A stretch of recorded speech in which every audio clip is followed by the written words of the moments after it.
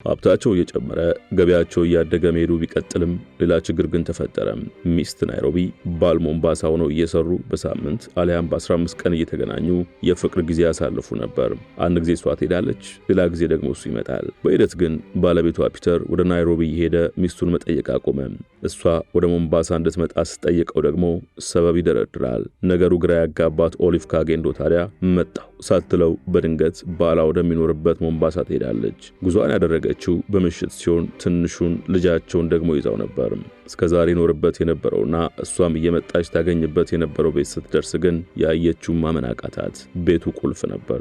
ባለቤቷ ደግሞ የስልክ ጥሪዋን አይመልስም። በናይሮቢ የሚኖሩና ባለቤቷ ጋር የሚቀራረቡ የሃይማኖት አባት አግኝታ ስታዋራቸው ደግሞ ይባስ ልብ ሰባሪ ሐዘን ነገሯት። የሃይማኖት አባቱኜ መዋሸት አይገባኝምና እውነቱን ወቂው ብለው ባለቤቷ ሌላ ሴት ማግባቱን አርድተዋት ወደ ናይሮቢ የምትመለስበትን የመሳፈሪያ ገንዘብ ሰጧት።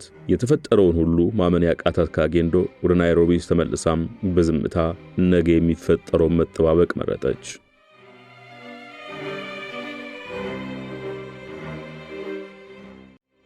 ሙሉ ታሪኩን በመሿለኪያ ቲዩብ ያገኙታል።